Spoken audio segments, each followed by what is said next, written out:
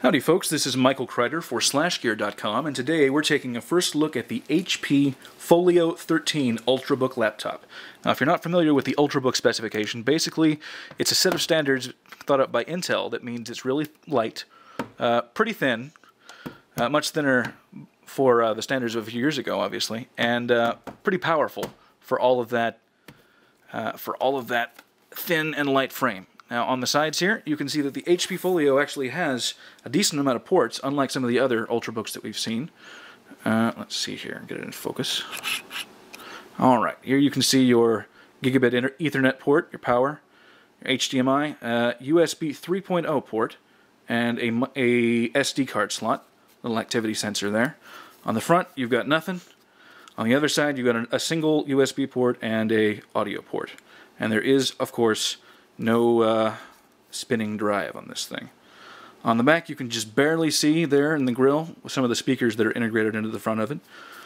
On the top you've got this really nice metallic finish that is not plastic like most of HP's laptops. That looks like brushed aluminum, and it does not pick up fingerprints very quickly at all, unlike some of the glossier finishes there. You've got a nice Silvery HP logo here on the bottom. See if I can cover up my Windows code there. You've got a whole lot of nothing. You've got some basic air ports and a bunch of screws. You could probably get into the back of this to change out the RAM and such, but you'd need a lot of time. This is not designed to be opened very often. So, all that said, let's take a look at the inside. See if I can get a better angle for you folks at home.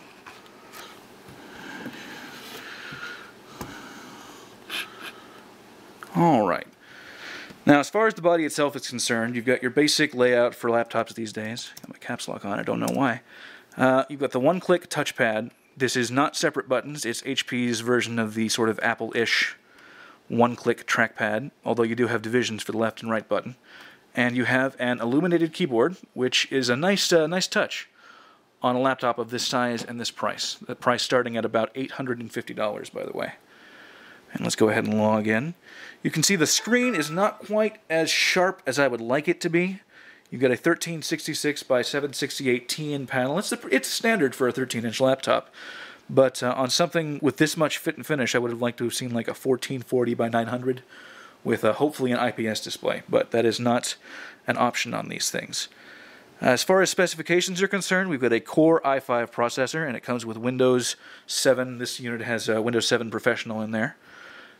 You've got a 128 gigabyte SSD drive, which is really nice. Not that spacious, but for a unit like this, you're not going to need just a huge amount of space, and it does speed up the processes nicely. Let's see here. For RAM, you can get up to 8 gigabytes on this. Our unit has 4 gigabytes, and it is DDR3 RAM. You've got your basic Wi-Fi, and Bluetooth is thrown in there as well, which is a nice touch. Not all of the laptops out there have Bluetooth. As far as the keyboard is concerned, you can hear it crying. There is a little bit of flex there, but based on some of the other experiences I've had with similar chiclet-style HP keyboards, it should be just fine. Maybe not the kind of marathon keyboard that you'd like in a ThinkPad or a MacBook, but it looks like it'll be perfectly serviceable. Up here you can see, obviously, the power buttons and this nice Dolby speaker bar. So I haven't tried that out, but as you can see, it's getting pretty loud here. I don't have any music, just ready to play for you guys.